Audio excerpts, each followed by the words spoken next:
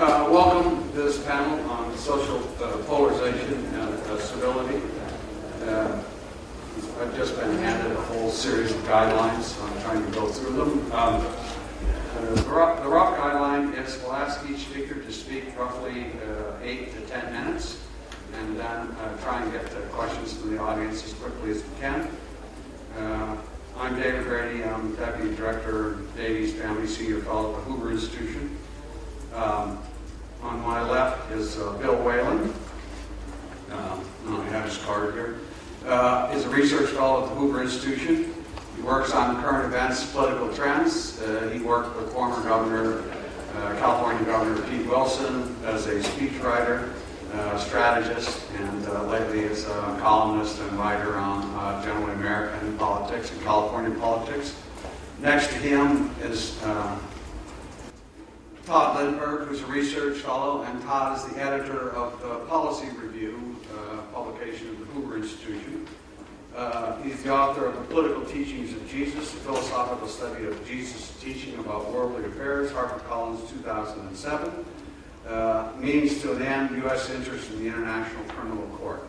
So, and the final and not least speaker is Professor Ji-Yoon Kim, who is a lecturer at Concordia University and is at Sugimong Women's University and Chongqing University.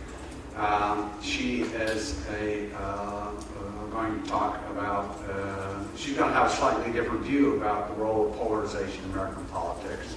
So here's the way we're going to proceed. I've asked Todd to begin with sort of a general overview of civil discourse.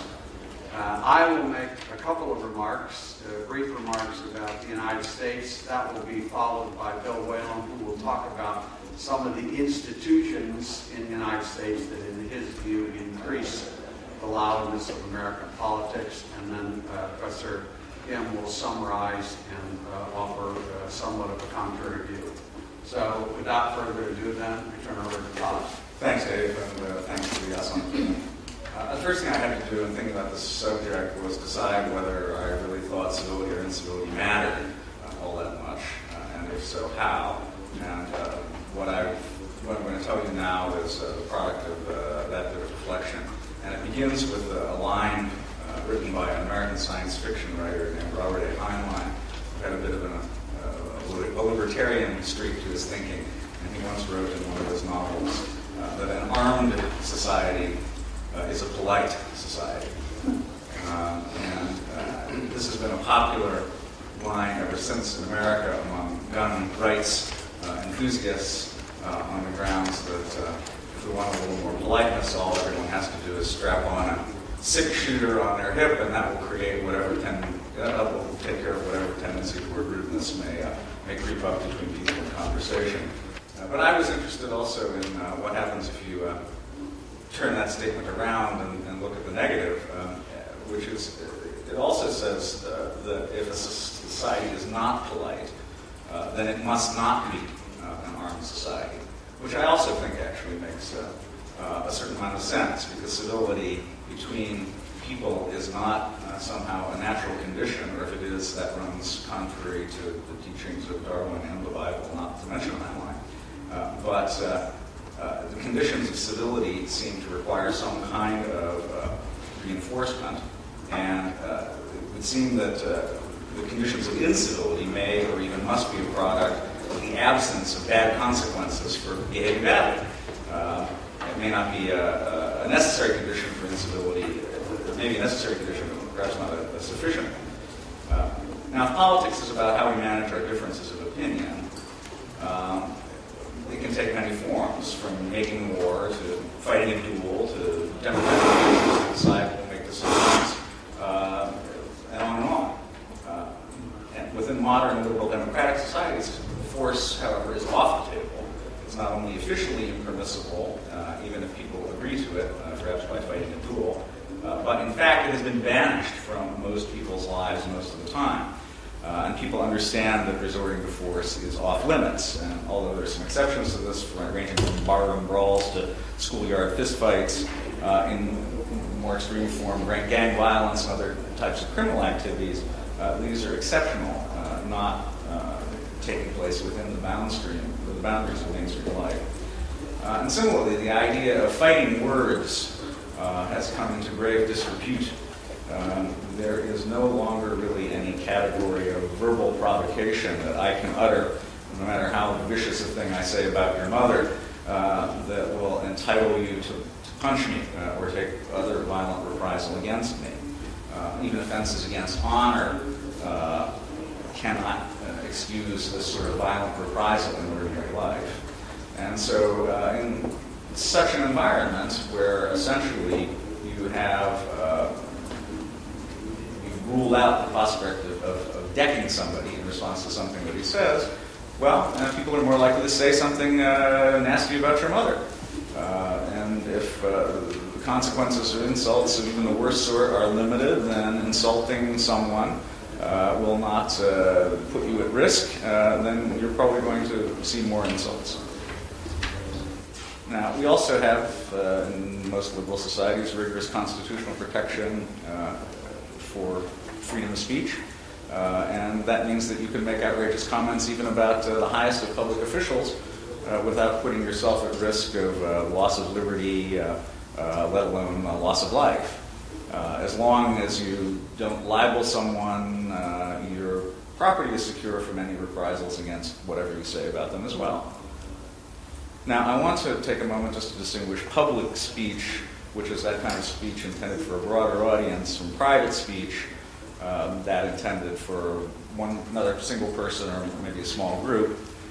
I think it is unclear whether the civility of private speech has declined in the manner to the degree that civility of public speech has.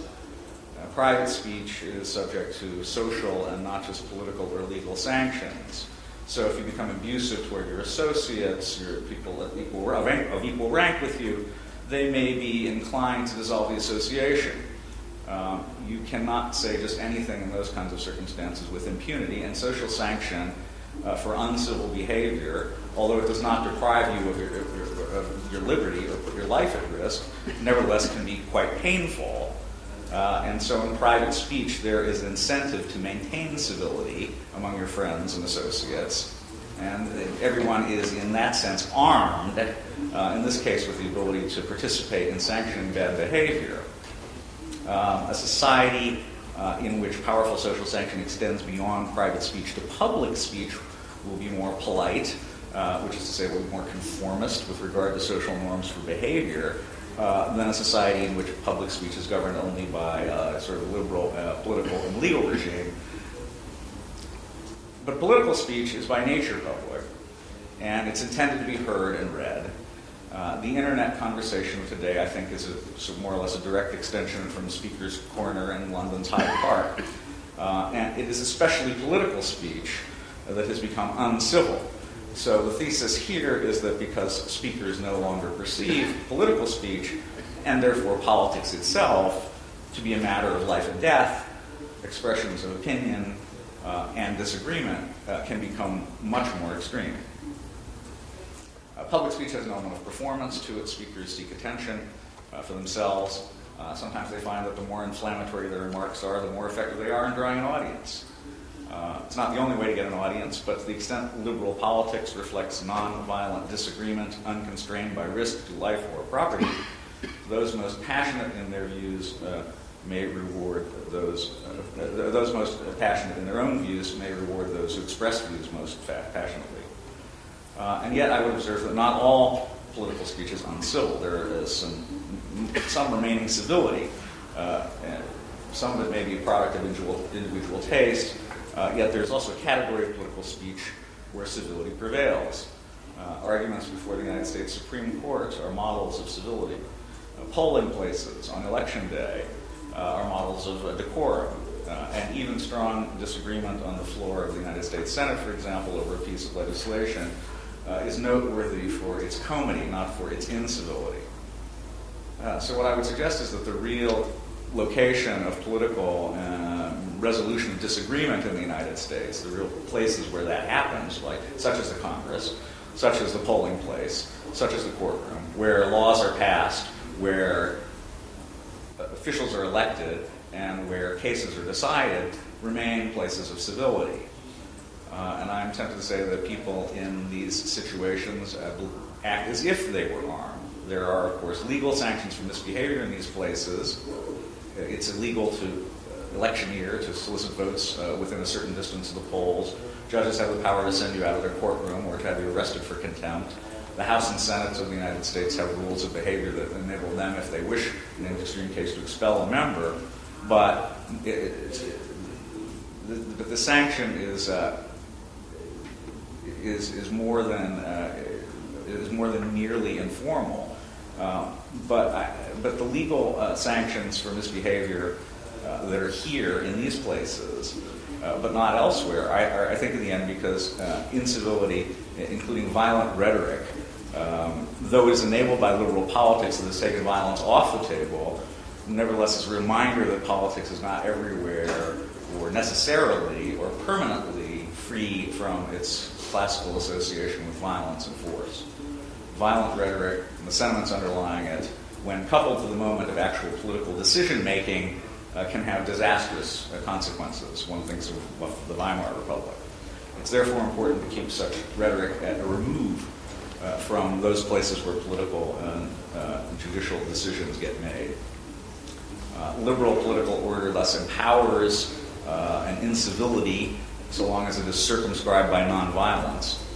And the United States, from its inception, been a country more unruly than most other liberal politics, possibly with the exception of the transition to democracy here in the Republic of Korea.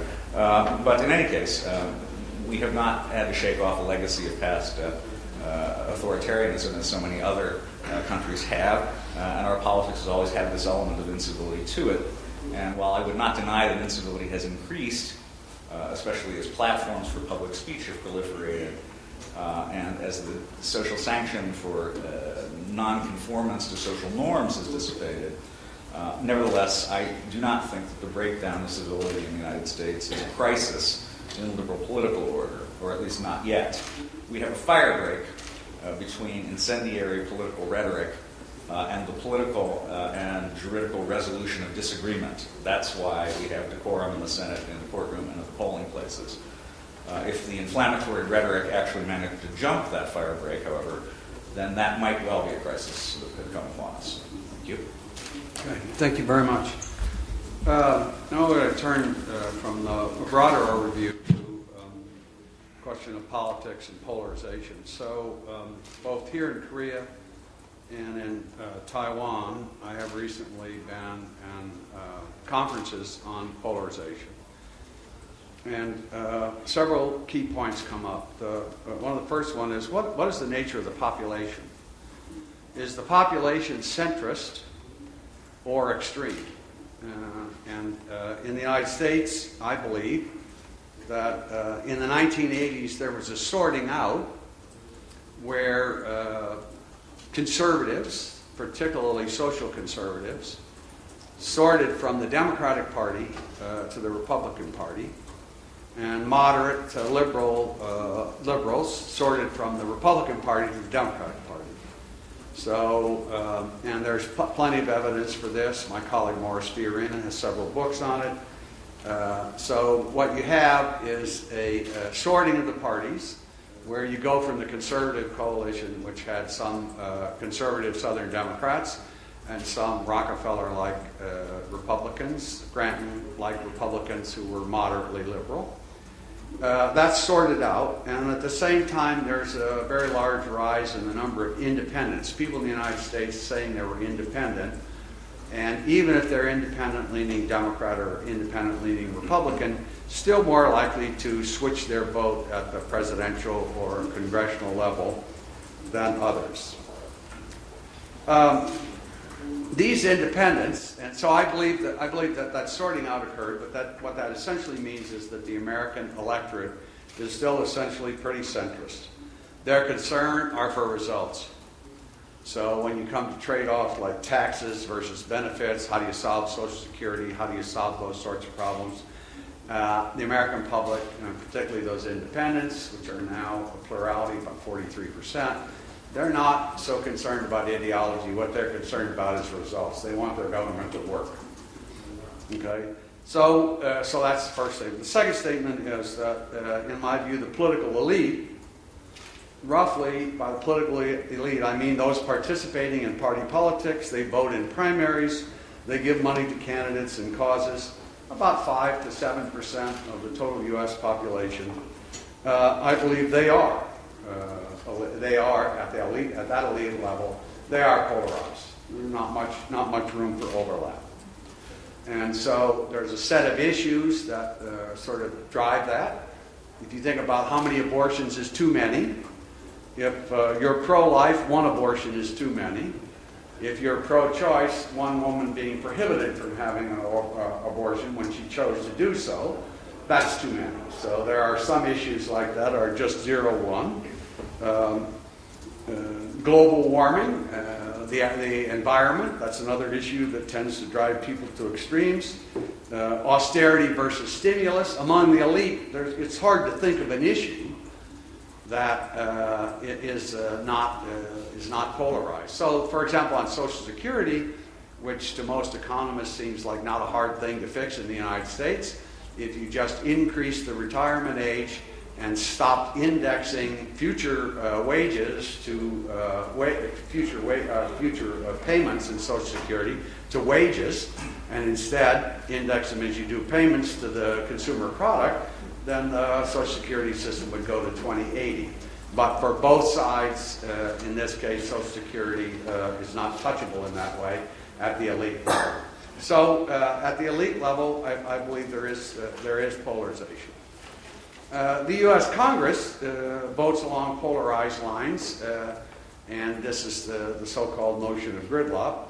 But the real point is they always have. If you go back, and I and others have done this, looked at every roll call vote in the United States House and the United States Senate from 1840 to the present, the only time in which there's very much bipartisan overlap voting is in the period from about 1938 through at post-World War II, when the conservative coalition was pretty important. The issue of race wasn't important in American politics, and women's rights, it was all off the table. There was sort of agreement between the parties.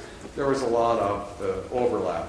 But in the 80s, by the 80s, that, as the sort occurred, that had gone away. So then I painted a picture in which the American electorate is pretty centrist. They describe themselves as centrist, and when you poll them on issues, they're willing to make trade-offs between raising taxes on the wealthy and cutting some benefits, but it's a trade-off. Now, why is that relevant? And it's relevant, it seems to me, for at least 3 reasons, which I don't have the answer. We can come to the question period. First of all, is that over time stable? If you have a centrist, if you have a polarized electorate, and then polarized politics makes perfect sense.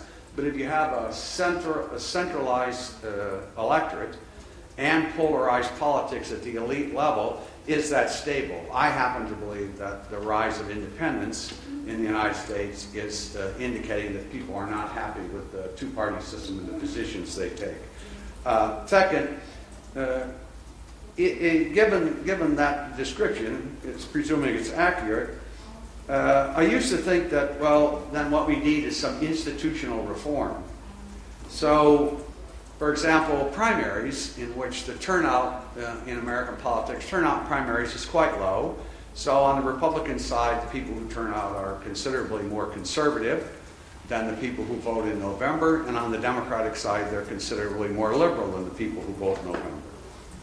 So one way to do it was, well, eliminate primaries. After all, the United States is the only country that has democracy between the parties as well as democracy within the party.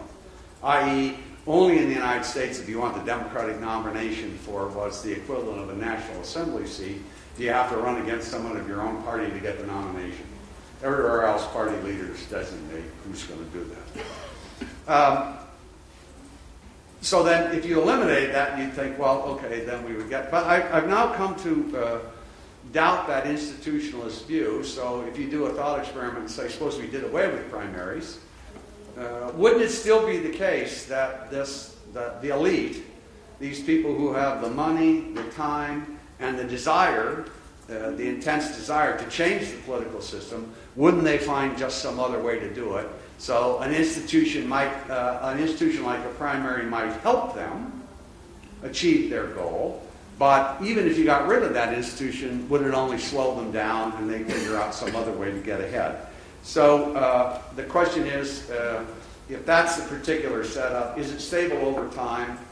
If it's not stable over time, how do you fix it with institutional fixes, or are institutional fixes not sufficient and there have to be serious behavioral changes in order for the system to, again, attain equilibrium?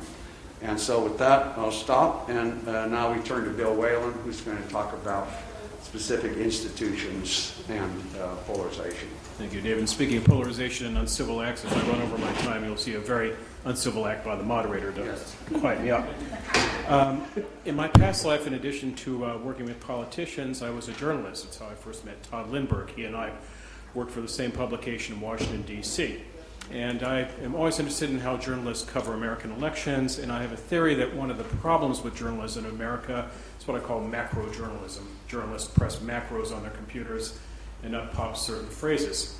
If you follow the American election, a phrase which you're going to see a lot in the next few months is the, quote, ugliest, most brutal campaign in modern history. The American press is convinced that the Romney-Obama campaign is going to be ugly in no uncertain terms, to which you need to understand the history of the American Republic. In 1776, a 33-year-old gentleman named Thomas Jefferson wrote the Declaration of Independence. 20 years later, that gentleman, Thomas Jefferson, ran for president. You would think that the man who wrote the document that set the American colonies free from the British Empire would be beyond reproach. He would not be attacked. It was just the opposite. Newspapers deemed fit to write about Jefferson's sex life. They wrote openly in 1796 in America that Jefferson had fathered children with one of his slaves. Not that Jefferson was a saint. One of Jefferson's main political rivals was a gentleman named Alexander Hamilton. You'll find him on the $10 U.S. bill. He was the first American Treasury Secretary. Hamilton was a rascal in his own rights. Jefferson hired private investigators to investigate Hamilton's sex life, convinced that Hamilton was having an affair, which he was, with a married woman. Hamilton, in turn, was no saint. Hamilton lived in New York City. His main rival in New York was a gentleman named Aaron Burr, who was the vice president to Thomas Jefferson. Hamilton deemed fit to trash Mr. Burr in newspapers, in dinner salons, which were quite popular at the time in America, in letters, sullying his reputation. Mr. Burr decided to get even in a rather creative fashion. He challenged Mr. Hamilton to a duel. They got on a rowboat, went across the Hudson River from New York City. Mr. Burr fired a shot, killed Mr. Hamilton. He got the last word in the cycle. We could have a long discussion about arguments in American politics. Sometimes they become physical, like that duel. More times they're words of words. But the point is, American politics has always had this rather cantankerous, contentious element to it. What is different in this day and age, I find, are two things, and they're products of this information age that we live in. Number one is, in the United States at least, what we call the 24/7 news cycle. The idea that news never stops. It's on your television 24 hours a day, 7 days a week, the 24/7 cycle. The people who run these news channels came to an interesting discovery. People do not like to watch the news 24 hours a day. So they have to find ways to make the news more spicy, more provocative. So what they do is they hire people to come on the news and offer their analysis, their insiders' opinions on what's going on. These are people who go on TV and they engage in arguments, very contentious arguments. Interestingly enough, most of these people are lawyers by education, so they have no problem arguing and they have no problem sleeping at night. In America, though, this leads to a problem, and that's that a lot of Americans are now expecting things to be discussed in a more argumentative fashion. So when you have a debate about Social Security, for example, one side will accuse the other of wanting to kill old people because they want to raise the retirement age. It's a rather uncivil thing to have. So this news cycle has created a nastier discussion about politics in the country. It's just words fly out too far often. The second feature that stands out is the internet. There was a time in America when news was rather, I don't want to say controlled, that makes it sound totalitarian, but it was limited in terms of where you could receive it. You listen to it on the radio, you would get a newspaper in the morning, you'd get a newspaper in the afternoon. There were 3 networks that ran nightly news. In this day and age, though, we have such a thing as the internet. That means that any one of us in this room, if we have access to the web and we have a computer, we become an opinion source. And we can send our opinions out across the World Wide Web for any of us to read. This is wonderful if you believe in the First Amendment and freedom of speech, but it's also very challenging in America because there's no filter to this. So a lot of things that normally would have been reserved in American politics in past generations now spill out over the web. And it's very interesting. I don't think it's a coincidence, by the way, that there have been 3 American presidents in the internet age. Bill Clinton, George W. Bush, and Barack Obama. And each, on a daily basis, is attacked in rather personal, brutal ways via the internet by people for whom there is no control. There's a third problem with American politics that we need to discuss, though, and this is not so much a function of the information age, but a function of where the parties are headed. Dr. Brady alluded to this. In an American election, if I run against David Brady or Todd Lindbergh, we're each guaranteed about 40% of the vote. He'll get 40, I'll get 40. That leaves 20% of the vote to be decided. That 20% of the 20% of the vote that's independent, that sits out there, is sort of the 38th parallel of American politics. It's both sides look at each other warily. It's contested every 4 years. And the problem in American politics, as I see it, is neither of the two parties want to own that 20%. They want to rent it for 4 years. So I run as a Democrat, and I run as essentially a liberal in my primaries. I receive my nomination, and then I pivot and I move toward the center to pick up as much of that 20% as I can. Conversely, if I'm a Republican, I have to run as a conservative because my primary process is controlled by conservatives, but I then have to pivot to move into the center to pick up a majority of that 20%. If you watch Mitt Romney right now, you're seeing that he's starting to do this. He's going to different groups and he's offering a larger, more centrist message than he had. In some years, in some American elections, a politician gets lucky. Bill Clinton in 1992, for example, ran against a decidedly weak field of Democrats. He was able to run as a centrist all the way through.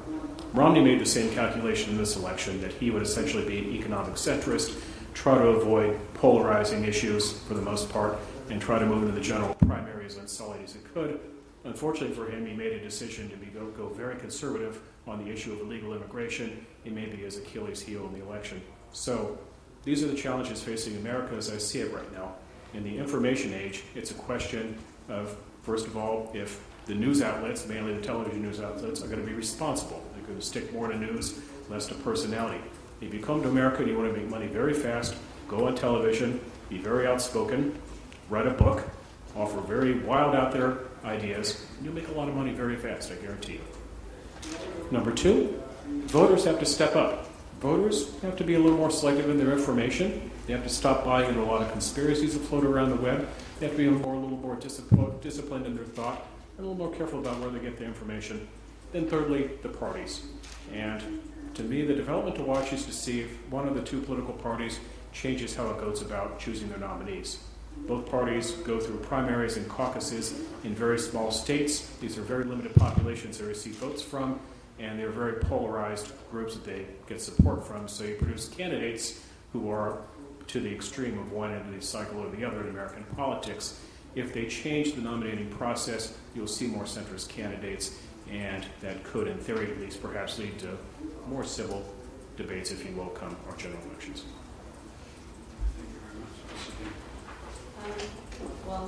Good afternoon, everyone. First, I think I have to correct just a little for my bio. I'm currently working for Asan Institute for Policy Studies as a research fellow, and I'm in charge of public opinion studies program here. So I do a lot of pollings and see how the public opinion of Korean people are going on. And one of the reasons I get into this panel is, first of all, it is my honor to be in the panel with Professor Brady, and those who have taken American Politics 101 should know who he is. And also, Korea is also suffering from the polarization issues. Political pundits and mass media, they are all talking about polarization in Korea is happening, and like in American public, especially so during the time of the election. Well, I'm kind of really happy that I largely agree with Professor Brady, who I admire a lot. Well, even though mass media is talking about that polarization is a really serious problem, but I don't really see it that way. It is happening in the political elite level, Congress, Capitol Hill, and the leaders, but it's not, still I'm positively cautious about it's happening in the American public. He mentioned Maurice Fiorina, who is a defender of moderate Americans and also the presence of the median voters in American politics. Well, we can easily just look at the national election studies of the United States. So, for example, I just took some data in 2008. American People's Party identification has not gone into the opposite directions, like extreme directions. As a matter of fact, the number of people who identify that themselves as strong partisan has decreased over time. And also, it is decreased that independents who think independent and purely independent, I don't really take side with any of the parties, Democrats or Republican. But it is true that those who think that I'm a leaning Democrat or leaning Republican has increased. But the amount of the increase and decrease is not that significant. So you can really see that the polarization is going on in the American politics, and it is a serious problem and even a threat to the society. And if I take an example like abortion, which is considered to be a most sensitive issues like gay marriage and prayer, school prayer, then around 50% of Democrats think that it is always a personal choice, and 29% of Republicans think so too. So I was a little bit surprised that it's quite a high number of people. I mean, 29, almost 30% of Republicans think abortion is a personal choice. And only 18% of Republicans think that it should never be permitted. 52% Republicans and almost 40% Democrats are finding some point in the middle of the road. So either abortion can be done in the case of incest, rape, and some really serious health threat to the mother's health, and some consensus is really clearly needed. So I mean, with those numbers, you can really say that Americans are going in extreme directions, and they are polarized. They are still actually in the center, quite a median. But I also noticed that there's some tendency, though, over the time period. Well, it is true that there's a slight increase of Republicans being more conservative and Democrats being more liberal. For example, in 1988, 33% of Republicans thought that abortion was always a personal choice. So we see the 4% of decrease over the 20 years that the personal choice, the abortion is personal choice among the Republicans. And at that time, like in 1988, 37% Democrats said so. So we see like 13 percent point increase among the Democrats who think the abortion is always a personal choice. So you see some tendencies, but is it something that we really think is serious or very considered to be a threat to society? And that I cast a doubt a little. From what I have also, it is the same with the tendency, like not just abortion, but government healthcare program and school prayer and the social spending. So every issue, they show the pretty similar tendency. So, but from what I have assessed, I think the polarization among public is, maybe going on, but it's not at a drastic matter. And this is not something that we really have to worry about. But as Professor Berry pointed out, it is happening in Congress. It is happening in political elites and political actors and activists and even journalists too. Because why is it happening? Because it sells. I mean, it sells for the electors in the election in the short run.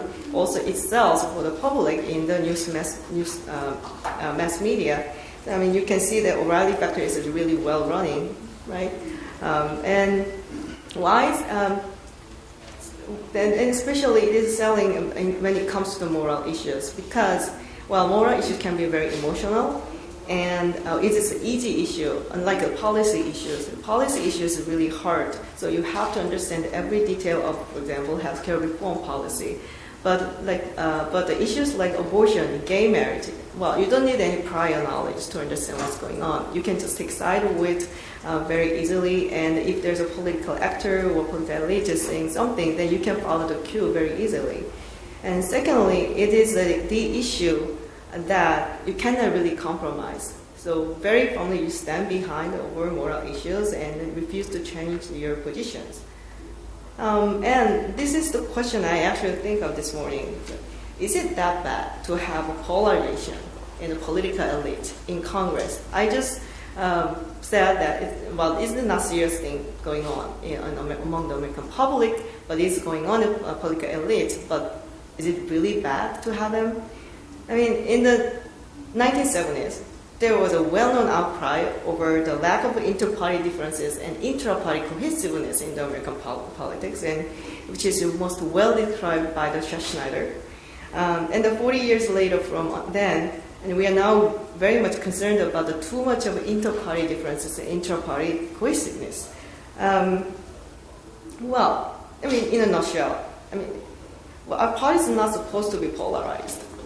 The parties who have very different and distinctive platform and policies, and so it makes public hold the majority accountable.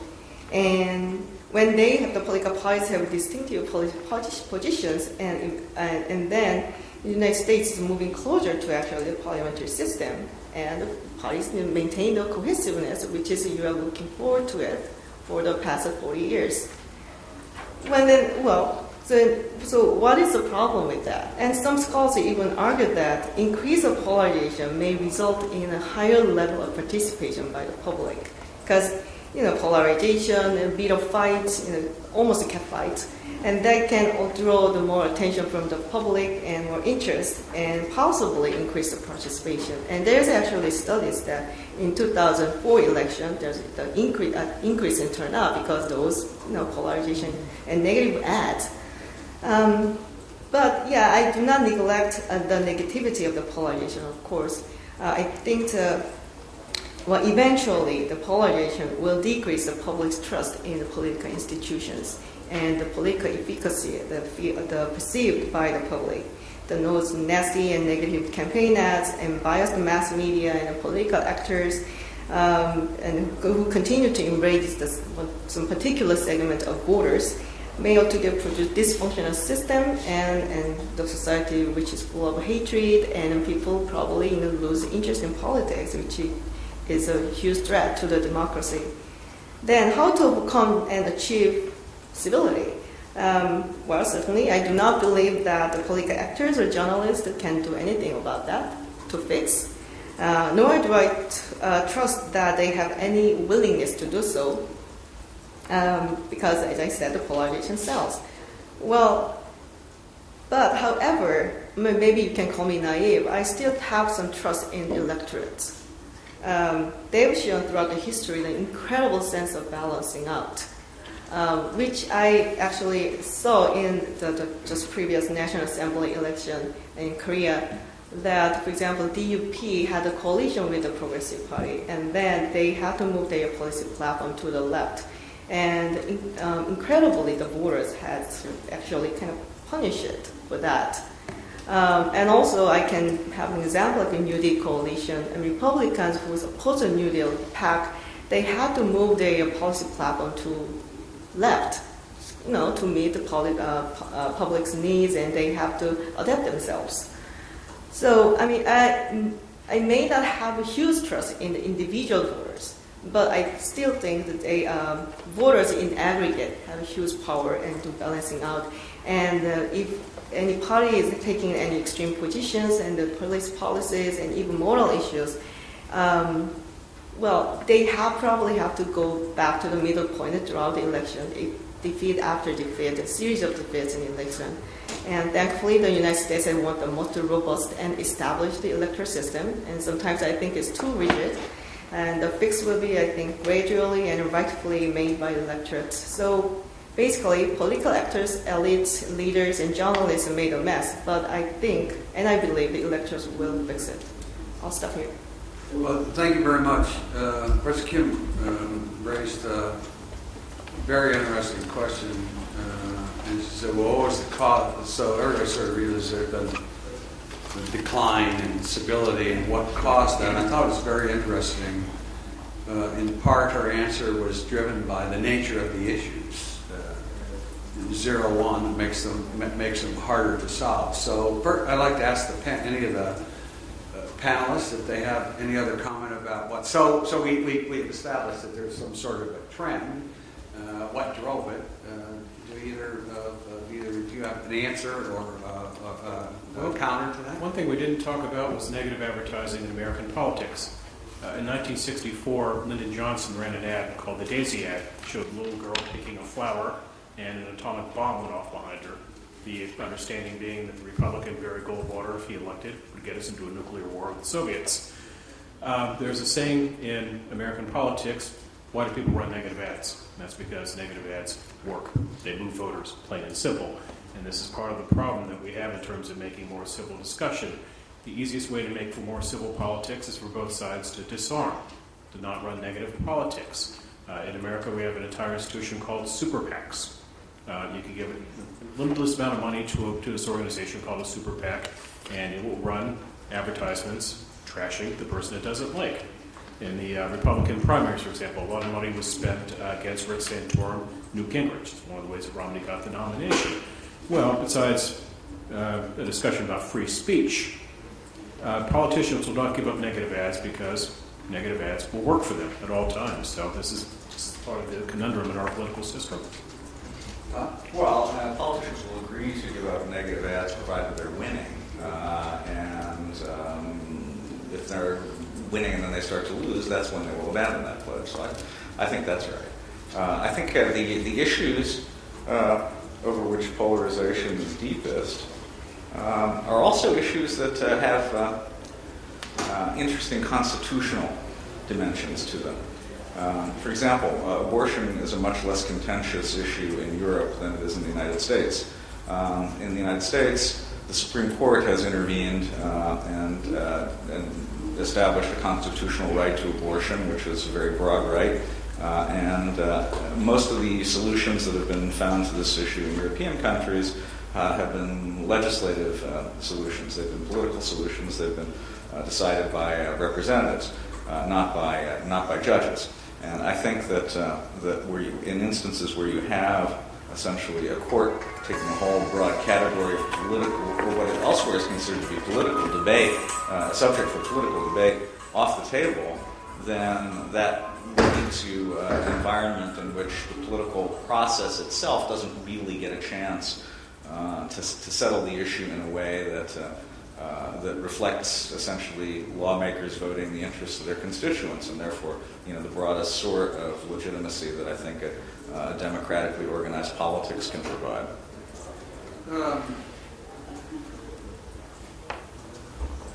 So I thought that was her question really caused me to think. So it's obviously seat of the pants, but so I thought back to what about issues like the 1930s? What about issues like a welfare state or no welfare state? Some of the issues that had been present in the past and how they got resolved. And essentially the way, just let me give that as an example, welfare or no welfare, and that included things like agricultural assistance, all the things we know in the modern welfare state, and the extent to which the government could intervene in the economy. Those prior to the 1932 election were no and yes. It was a 0-1. And so what happens is the Democrats win. They win in 32, 36, 40, 44. And the point is that in order to compete, the other party has to sort of give way. So the Republicans go from being the party of no welfare to being a party of less welfare. And then again thought of 1896, where some of the issues are going to be a modern state or not. And in those instances, one party wins. So the point is, here's a set of issues that divide the country. One party wins, and the other party, continues to, say, nominate William Jennings Bryan, 1896, 1900, 1908. And each time he gets beat worse and worse. And so the party is forced to, so the other party, the out party, is forced to adopt and become less. And so when I think about, in the United States, we haven't had any election like that. So these issues are allowed to play out, and partly for the constitutional reason that Todd suggested, and then some institutional reasons that Bill suggested. But I guess my answer to your question is, in the United States, those issues have really been there for by the research you showed. They've been there like for 30, 40 years, and there's no resolution. And there's no resolution because one side hasn't won and stayed in long enough to drive the other party to take the position that, well, on abortion, it's just not going to work. It's just not going to. So if you're, so suppose the pro-choice side wins, then the pro-life side has to fade away because they're not fade away, but they can't win because of the constitutional right. intervention. So that's which means that if you're up in the debate, then you're happy. But if you're down, you're going to rail against judges who make decisions that they shouldn't and take these things away. So So I guess part of the thing is in the United States the kind of indecisiveness of the last 30 or 40 years of nobody winning these. So I guess that'd be my answer. I think it's consistent with what you said, but that's all right. So we have. We said we'd have 30 minutes for questions from the audience, and my watch is correct. We do. So I open up to the audience. Is there some format, by the way, for this? You should identify yourself. No format. Great. Yes, sir. My name is Aaron McKenzie, and I'm an American, but I've spent the last 10 years here in Korea, so you can discount my question, as you please.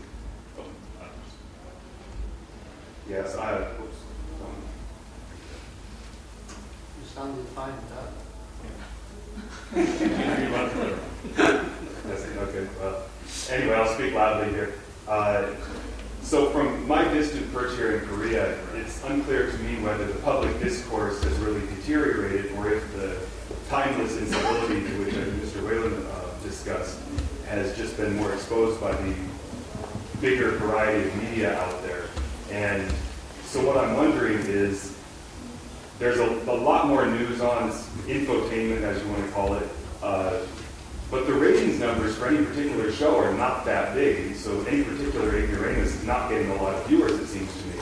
And so what I'm wondering is, people like us who pay more attention to this kind of thing than is perhaps healthy, are we perhaps overstating the influence of this kind of entertainment on, say, your average housewife in Temecula or Bowling Green or somewhere out there?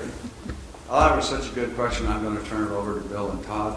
Well, Rush Limbaugh gets 20 million listeners a day in a country of 300 million people, so he has an audience. You're right, the cable shows have paltry ratings compared to the main networks, but they're important because what they kick around on a daily basis, they talk to the national parties, and the national parties feed them information, the campaigns feed them information, and they kick it around. And if Fox wants to go after Democrats, they take what the RNC and that Romney gives them, and they drag Barack Obama through the mud. And MSNBC, which is owned by NBC, they do the same thing for Democrats against Republicans. But Dr. Brady made an important point here. I again have to emphasize the sameness to this. The 2012 election looks a lot like the 1996 election in some regards, in that you have an incumbent who did not live up to the hype, and you have a challenger who, in theory, can defeat him, but is sort of challenged to do so. It's not a great paradigm election. It's not Ronald Reagan in 1980. It's not Franklin Roosevelt in 1932. So, again, for all this talk of this lack of civility and how things are just sort of spinning out of control in America, to me, in a lot of ways, it's still business as usual. Yeah, I think all heroes come with feet of clay these days. Which is to say that whether in the political environment or outside the political environment, if you're a celebrity and therefore you are on the cover of People magazine or Us magazine one day, which your meteoric rise and wonderful career are being celebrated, well, then you're likely to find yourself on the cover of People or Us some number of months or years later when your marriage goes bad or your drug addiction problem gets out of control and so forth. So I think there's been a kind of no one is venerated in politics anymore or in public life anymore. I can't really. Maybe Mother Teresa, but then Christopher Hitchens came along and she wasn't even unanimously venerated. So that seems to be a quality of public life, and I'm not sure that it isn't. I'm not sure that it's unhealthy. I think that you got into some substantial abuses of the discretion that fame brought in an era that is now quaintly past. Let's just say that Bill Clinton got into a lot more trouble for doing a lot less than JFK did in the White House. And that was a result of a change in the media environment, not, I think, necessarily in differential levels of bad behavior. Well, I think your question has an answer, as a matter of fact. Only people have a tendency of getting the information what they would like to hear, so directed consumption of information. So if you would like to hear something that's very conservative because you're conservative, then you're probably looking for something, fishy from the Fox News. If you're liberal, then probably try to read the New York Times. And then those who are looking, those people, even those people who are looking for those information are very limited, I think.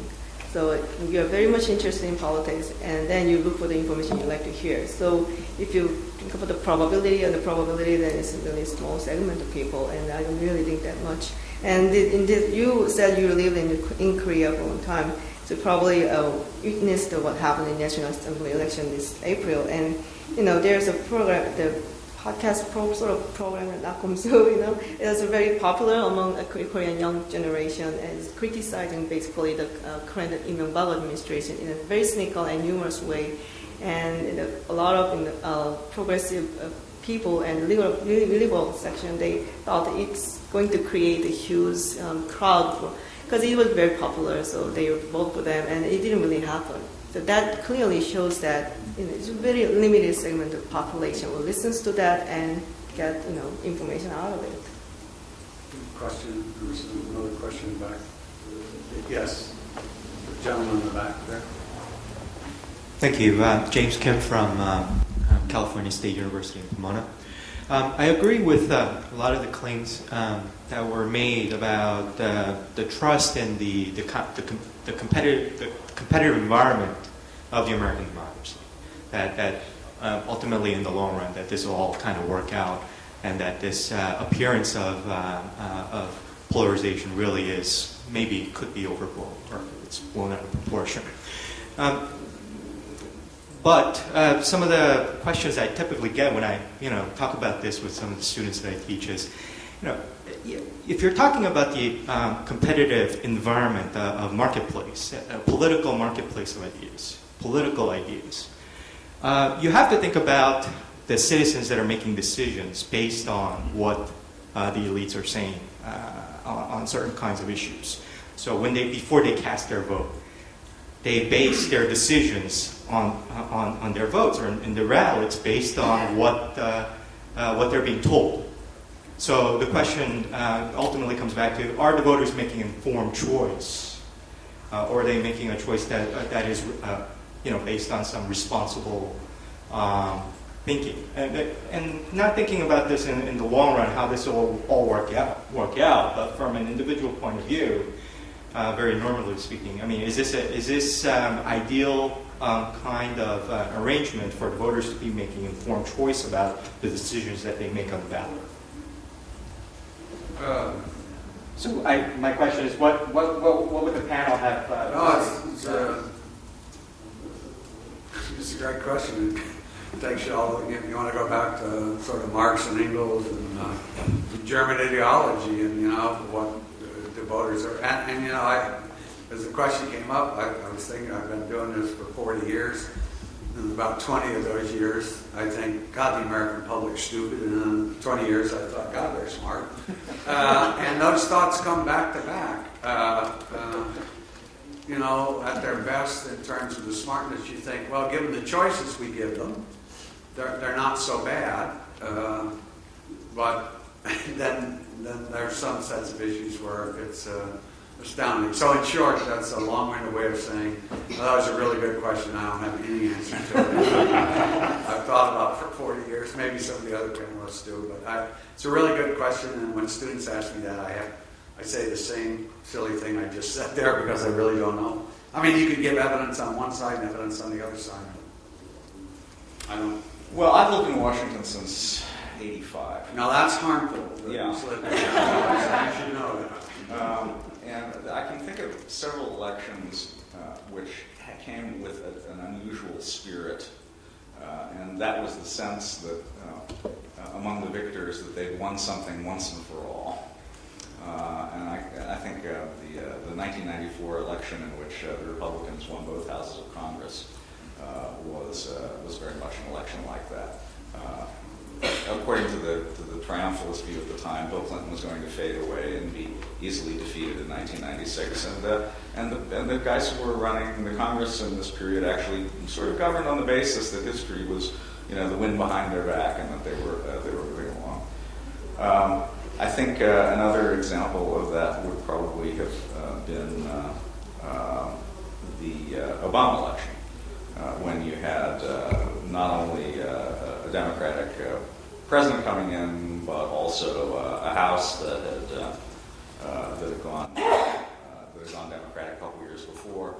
There was really a sense that this was a great new moment in politics, that this was a vindication of the Democratic Party in particular, and the progressive vision in particular, and the Republicans had essentially been shown to be superannuated, well on the way to the ash heap of history, if not indeed have only recently crawled out of it in the person of George W. Bush and interfered with the progress of events. And so I guess what I want to, the conclusion I want to draw from that is that the electorate, even if it is not especially well informed, keeps delivering judgments that suggest that we regard it as reasonably well informed. Which is to say, if this were a roulette wheel, that's a better analogy. If the electors deliver election and election after election after election to one or the other of the parties on the basis of its maximalist, triumphalist claims about having won once and for all, then I think we'd be in a world of trouble. But the electorate is in the habit of slapping parties that get too triumphalist around, and usually sooner rather than later. And we saw that in 1996 with Clinton's triumphant re-election, and I think the Obama overreach in the first 2 years of his term, in the way in which he turned some people off with his healthcare reform bill, in addition to the context, obviously, of a very weak economy, which was not good for the party in power. Is it wisdom that we require among our electorate, or do they have a way of delivering something that is wise short of possessing wisdom themselves? I guess that would be another way of putting it. So I like that answer, but all that does to your question is it adds to it and says, are the politicians also stupid? How could the Republicans in 94 and Obama in 2000 debate so interpreted the election that it would, and then in 96, Gingrich and the Republicans overinterpreted, right, again, and in 2010, the Republicans may have overinterpreted Obama. So it just adds to your question, and it gives you, unfortunately, even less to say to your students. So let me add one thought here. You're a Californian, right? Okay, I'm a Californian. David's a Californian. In California, you can make the argument it's the Shakespearean thought. The fault lies not in the stars, but in ourselves. In California, it's the opposite. The fault's in the stars. The state of California sends you a phone book before every election explaining every candidate and every ballot proposition in brutal detail. You can go on the internet and read every candidate's website if you want to study the life out of every idea and every candidacy, if you will. But in California, you're caught in various traps. For years, you've been caught in a redistricting, gerrymandering trap where your district is controlled by one party or the other. So if you're in the minority, your vote doesn't count. Secondly, the parties are very dominant in who they put on the ballot. A friend of mine who used to be the mayor of Los Angeles had a wonderful phrase for bad teachers in Los Angeles, how he couldn't get them fired. He called it the dance of the lemons. And then he just basically moved a lemon from one school to another, the dance of the lemons. If you look at California politics, we have a dance of lemon in terms of people holding office. Our current governor right now, he's not 11, he's an interesting guy, but he last held the job 30 years ago. But who did he replace? A movie star. In California, arguably the nation's most futuristic, forward-looking state, most innovative state in America, the most interesting man we put forward politically in the past quarter of a century is Arnold Schwarzenegger. So I would argue that's not necessarily the fault of the voters, that's the fault of the political system. I don't, you don't want to follow whatever.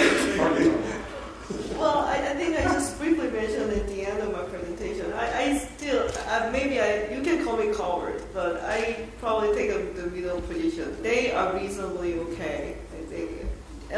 In aggregate, I mean, the individual voters, they can be really stupid, and the political elites, and even political scientists can be really stupid. I can say that. But voters in aggregate, they are doing okay job. I mean, sometimes it's very disappointing.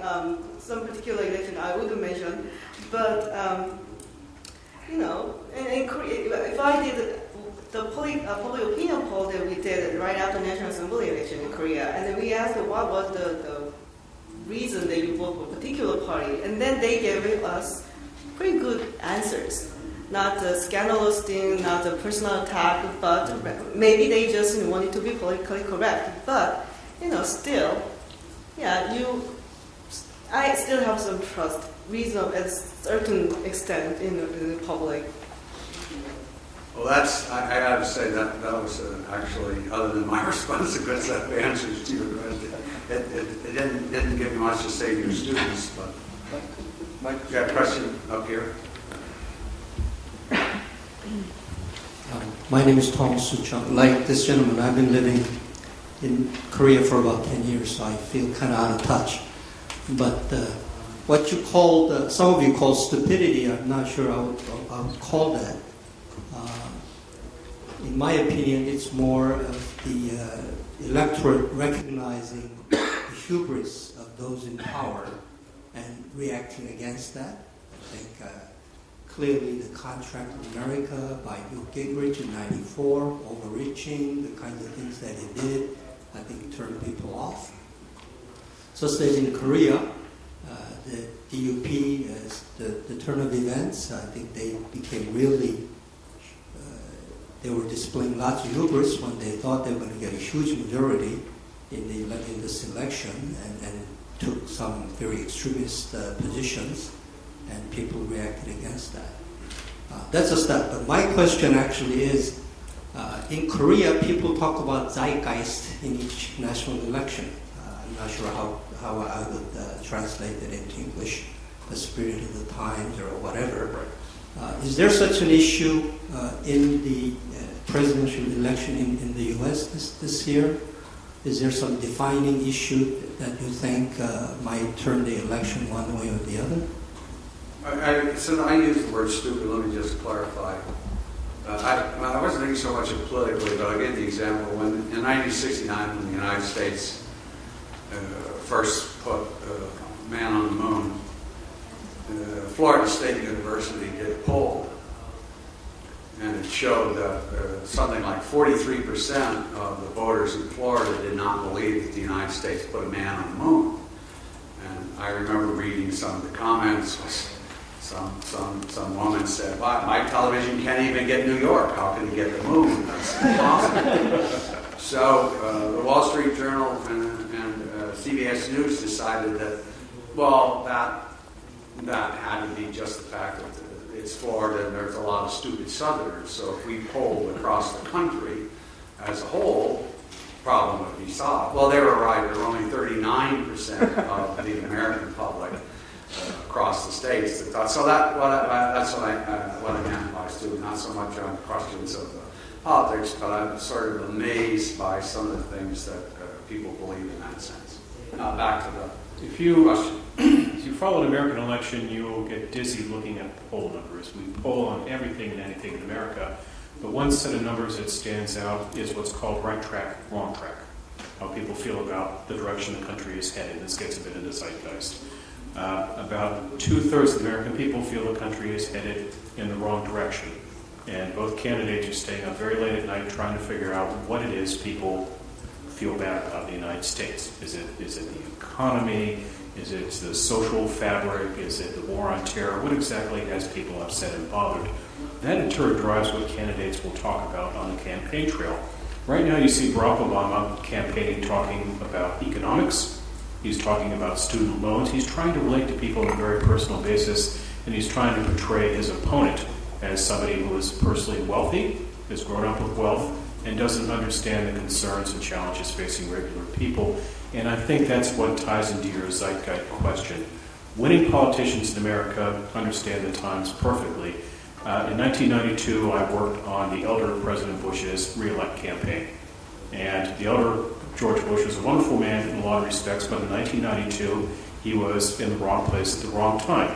The Cold War had ended. The Berlin Wall had come down, and George Bush, who was very much a foreign policy maven, a Cold War man, a former ambassador to China, was in the wrong place at the wrong time.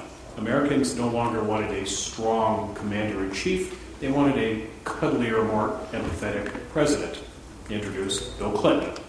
Clinton understood that perfectly. The Bush campaign in 1992 viewed its most important interview as Time magazine. The Clinton campaign in 1992 viewed its most important interview as People magazine. So to get to your answer about zeitgeist, it's which candidate can put his or her finger on the pulse of the country and understand exactly what it is that has voters vexed. Other questions? Got it back there? Yes, sir. I actually have three questions. The first is, we are concerned about polarization and civility, whatever. I think there's an implicit assumption that polarization affects legislative productivity or efficiency. So my first question is to Professor David Brady. To what extent do you think that this growing polarization has actually affected legislative efficiency on Capitol Hill? The second question is about the root causes of polarization.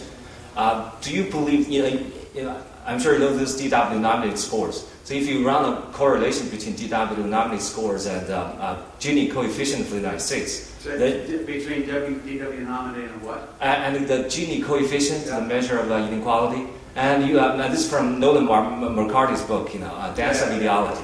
So their argument is about this rising inequality and then increasing polarization. I think that's similarly happening in China too. Do you really buy that argument, or I want your take on that? And my last question is... That's three. Yeah, last question. Sorry about this. Todd mentioned about negative campaign, and that reminds me... the gentleman in the middle, sorry about that. You mentioned about negative campaign. That reminds me about Willie Horton in 1988, others. I think negative campaign, like you said at the very beginning of your presentation, goes way back to Hamilton's time, right? So do you really believe that negative campaign played a very important role in contributing to this uncivility in American politics? Thanks. Okay, you want to do that? And then, so the other two questions are a little more technical. Well, sure. I mean, look, the Willie Horton ad was just brutally effective for George Bush's behalf. His campaign did not run the ad, an independent group ran it, so the Bush campaign could claim they had nothing to do with it. They said it shouldn't run. They didn't stop it from running. They let it run its course before it went off the air. And it worked. It worked. It's very effective. Bill Clinton, when he ran for re-election in 1996, what did he do in 1995? The Democratic National Committee, not the president, but his party, ran a series of ads across the country convincing elder Americans that Newt Gingrich, the Speaker of the House at the time, and Bob Dole, soon to be the Republican nominee, but then the Senate Majority Leader, were going to destroy Medicare, take away older Americans' safety net, if you will. So again, it's negative campaigning, but it's also how you frame an election. There's a phrase in American politics, it's called bracketing. You give a speech to a town. You do an event the day before the speech and an event the day after the speech. It's called bracketing. You get 3 days of coverage out of it. This is how you bracket a national election. You run an issue like Willie Horton to make it a referendum on crime. You run an issue that was called Medicare, Medicare. You run an issue on that to make it a question as to who's more empathetic, who's better towards senior citizens. And you haven't seen that yet in the 2012 campaign with Obama and Romney, although I suspect what the president will do is he will go after the Republicans on what they want to do with the budget, and again, what they want to do for the elderly. The first question was one on, Jane, you can comment on the same time. So legislative polarization and efficacy. Well, that the press now seems to have this view that the only way to get things resolved is by bipartisanship. Given the present electoral alignments, I think that's true, but it's pretty hard to do. So if I look back to the three periods where major issues were decided in the U.S., the 1850s, Civil War, 1890s, and again the 1930s, all of those issues were passed by polarization. There were no Southern Democrats that were in favor of any of the anti-slavery legislation. There were no Democrats that were in favor of setting up a gold standard so that the United States would be on the same international playing field as the European countries. And in the 1930s, there were no Republicans early on voting for increased payments for Social Security and so on. So essentially, I think polarization has resolved problems in the United States before, but you got to pass it and then win. And as we've seen, there's been no one party's been able to win and force the other to adopt its position. So given that situation, then pretty much you're stuck with, if you're going to get anything done, you have to do it through bipartisanship. And there David Mayhew's book says you can get it. I don't. So you can see there's a couple different views on that. And then the other one's the Gini coefficient, which simply says is there increased polarization with inequality results? I think that's a pretty good book, but I don't agree with it on the whole because what happened is there were inequalities in the United States post World War II, and they don't account for the sorting process by which Southern Democrats ultimately got eliminated and replaced by Republicans in the South. And Hari Hahn and I have a paper in the British Journal that goes into way too much detail to go into here that takes that view of inequality. And we run the Gini coefficient by state, et cetera, to see if that drives any of the change and don't find much evidence for it. Well, for legislative activities, correct me if I'm wrong, but I don't really think it has much influence on that. I mean, if there's no polarized Congress, then you probably have happily passed the bill in the bipartisanship, but you pass the bill anyway, so you do some activities in the legislature. And the causes of polarization, well, the rise in inequality probably, I think, applied to other countries, for example, in Korea. Gini coefficient Korea is not that bad, but people somehow feel that they are polarized economically. And, I was actually in charge of organizing the conference in the polarization issues, which hasn't been enacted yet. But so when I try to find the scholars and experts in polarization issues, it is very different by the countries and by the continent. In Europe, it is polarized about the immigration policies. In America, it's social values. In countries like Korea, it's economy. So I'm not really sure that applies to the United States, which actually I doubt. About the negative ads, but I have a doubt that who are influenced by negative ads. I mean, those who have already taken a strong position on one party and one policy, then I don't think they will change their mind or influenced by that. They maybe would work to strengthen their own side. If they see that negative ads on Democrats, and Democrats will be really mad at it, and then they'll say, we have to stick together. The Republicans are attacking us. And on the other hand, the Republicans will see what happens. Democrats are bad. If you're aiming at the independents, independents are actually turned off by the negative ads, and there are a lot of ample studies and evidences of that. So, about the effect of the negative ads, I actually have a slightly different opinion from yours. All right, thanks. We have time, I believe, for one last question. 3 minutes, given how wordy we are. That's probably. Okay, then, if you know the questions, I'm going to tell you the best story I ever heard on negative ads. So we were at a conference on polarization at Princeton University, and everybody was pretty much against polarization. And then the last speaker comes up and he said, here's what I do. I polarize campaigns. And he said, that's good. You may not like it, but he said, that's what I do, and here's why. He said, if you imagine, just think about the ads for McDonald's and Burger King. Now, those ads are pretty straightforward, right? Buy McDonald's, Burger King, they're not good bad. He said, but imagine they set up the rules for Burger King and McDonald's in the following way. On the first Tuesday in November, every 4 years, whichever sells the most hamburgers, either Burger King or McDonald's, they're the only one that gets to sell hamburgers for the next 4 years. He said, imagine what the ads would look like. Guys would be eating McDonald's and weigh about 800 pounds. Guys would eat Burger King and be dying.